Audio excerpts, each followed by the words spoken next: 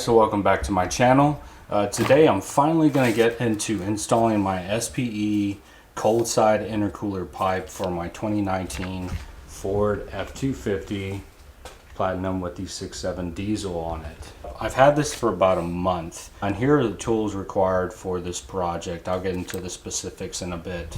So guys, if you're on the forums, you know that the cold side intercooler pipe on these trucks in stock form are imminent to go out, especially under heavy load. So if you tow a lot, if you hit the boost a ton, what happens? So there's plenty of photos online that you can find. This pipe, this one right here, cold side. Here's the hot side. Purposes of this video is the cold side intercooler pipe that gets connected down there on the bottom of the intercooler. Even in stock form, what happens to this pipe is that it gets overheated and it starts to crack and fray right here. And what happens once that actually cracks and pops is that your truck's no longer going to be able to hold boost. So essentially your truck is going to feel like it barely has any power, probably enough to get you to a shop, get that replaced. Or if you go with the install or an aftermarket cold side pipe, it keeps you from breaking down on the road, having to replace just a $250 aftermarket part. So the reason why I went with the SPEs because I got it on sale Black Friday. Now this one is silicone instead of the plastic ones that come stock. Now there are metal cold side pipes that you could absolutely install if you just want to go away from any flexible material, go full metal. There are options out there for you, but from the reviews that I've read with the SPE, I'll be perfectly fine with how I drive my truck and the driving environments that I take my truck in. So I'll be perfectly fine with the silicone upgrade. All right, so let's get into the tools required for this job. All right, so you have the actual part itself. You have these T-clamps, 1 and 2.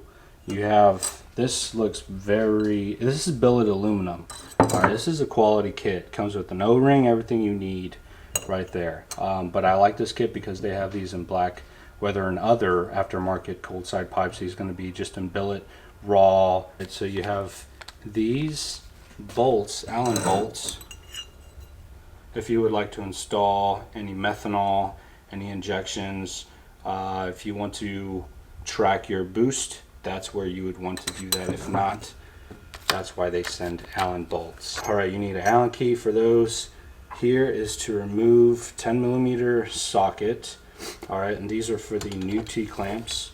You're going to need a extension, maybe a pick, a U-joint, and you're also going to need a 7mm socket as well. All right, and then you can use a 3/8 ratchet. I like using silicone. I'll spray a little bit just to help install the cold side pipe. Here are the instructions that I'm going to be following, and if you have a drill with a 3/8 drive extension, you could actually use that instead of a ratchet. If you're feeling lazy like me, I like using this thing, so if I have it, might as well use it. All right, y'all, so we're just gonna go off of the instructions sent to us. First step, disconnect the CAC temperature sensor electrical connector. Detach the retainer and position the wiring harness aside. All right, guys, so here it is. Step 1, what you wanna do, push on this pin. You're gonna pull up. All right, and then this is what you actually want to remove. You're gonna have to pop it up just a little bit and then turn it counterclockwise. Don't fight it. It's meant to come out a specific way, just like that. And there it is. It's a little bit oily.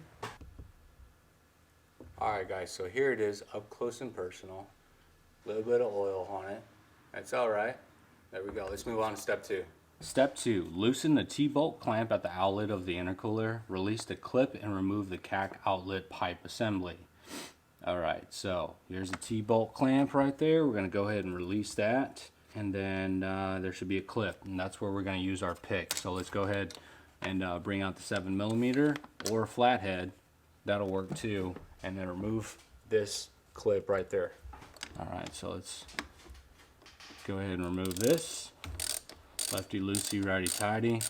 I did tighten this one up a little bit because I saw that the pipe was actually slowly pushing out, so that wasn't good. So I just went ahead and tightened it up.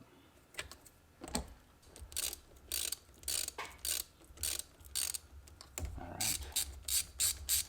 All right, so this clip, we're gonna have to get up close and personal. Right there. All right, that's what we need. There it is. All right, guys, so also on step 2, you're gonna have to loosen the T-clamp that's at the bottom of the intercooler, the other side of this pipe. This is where we pull out our extension, 7mm. Let's get in there and loosen that up.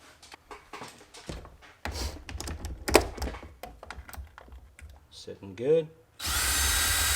There it is. That's all we needed. All right, so I think that leads us to step 3. Let's keep moving along. This isn't a long process at all. All right, step 3, install the supplied O-ring into the new throttle body adapter. You'll also be installing reusing the spring clip out of the old adapter. All right, so prior to doing that, let's go ahead and pull this out. All right, let's go ahead and loosen up this Christmas tree. There we go. So that's out of the way.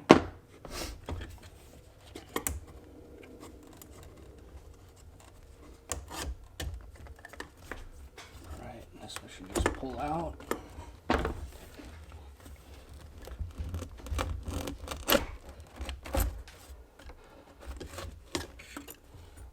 Alright, there we go. Doesn't look too bad, a little bit of oil. See on the bottom. Looks pretty clean. Alright, so continuing with step 3, what we're going to do, install this supplied O-ring. Go ahead and spray a little bit of silicone. Do that right. Alright, and this just goes right in the middle.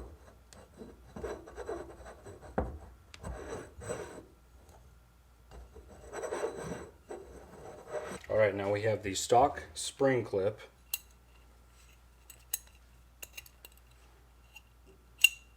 And that's ready. I don't think there's any specific way of putting on this spring clip. Just throw it on there, it'll latch. Step 4, install the supplied plug fittings into the adapter. At this point, if you are planning to use an injectable or a port for reference, such as boost gauge, sensor, temperature, this would be the time. Although nitrous would be nice, that is not part of the install today, or probably ever in the future. Who knows, but here we go. Gonna throw on some blue Loctite. Nothing too crazy. Alright, so moving to step 5. After assembling the adapter, lube the O-ring with a dielectric grease or equivalent. I used silicone earlier. I also have dielectric grease. Either or, it'll be alright. Install the adapter onto the throttle body. Make sure the O-ring starts on even. Push until you hear a click, and that'll be the actual spring clip popping into place where it should be. So let's go ahead and go through this up on the truck. Alright guys, so if you're anything like me, if you ever get a chance to clean something up that you won't ever see, for a long time at least, I always clean that up. So I'm going to wipe everything down. A little bit of oil in there, but that's alright. These trucks stock last a long time. Let's go ahead and clip this into place. That needs to stay put right there.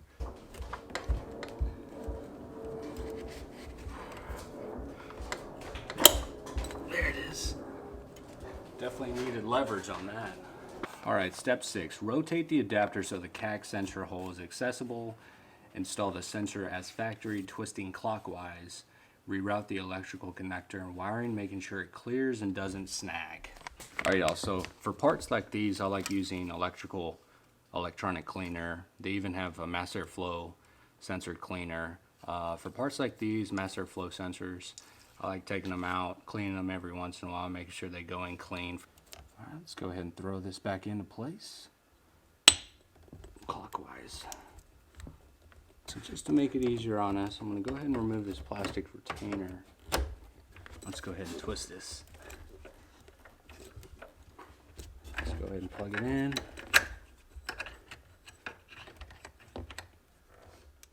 Alright guys, next step was already done, but it says connect the sensor and then rotate it downward. This will allow port access. And as you can see with the photos, I made sure that the wires were out of the fan's way. Nothing would even come close to it, so just a safety precaution. Next is install the supplied clamps onto the charge hose loosely so that they can be adjusted and moved. install the hose onto the intercooler and then the throttle body adapter. So here's just a difference between stock and the new SPE intercooler cold side pipe.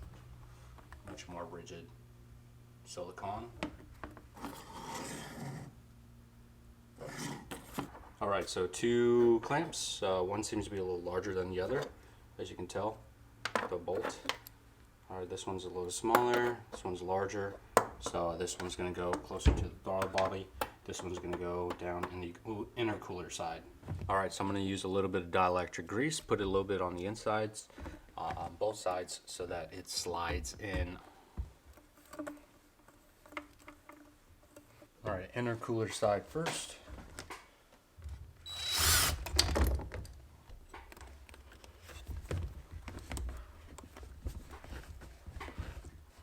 Like a sock.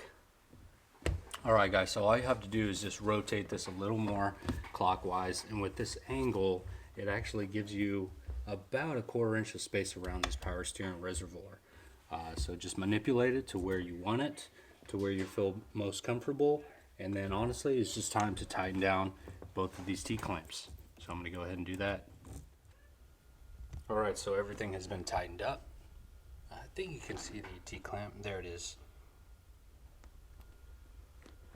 Everything looks good, everything is snug. I hand tightened towards the end. Never really tighten it using the drill, so you never want to do that, over tighten it. Everything looks really good, flush, clean. Again, what you want to make sure is that your wire, if you do angle it right there, needs to be away from the fan. Alright, peace of mind. So I actually drilled a 3/16 hole, use a zip tie.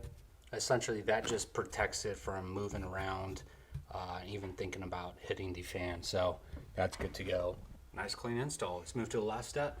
After completing your install, we recommend driving the truck for a day or two, allowing for heat cycles, then going over your hose clamps to make sure they are nice and tight. So I absolutely agree with that. Let it have a few heat cycles and then go in, tighten it again. Alright guys, so just to recap with the tools used. Additionally, I pulled out a 10mm long socket in order to tighten down the T-clamps.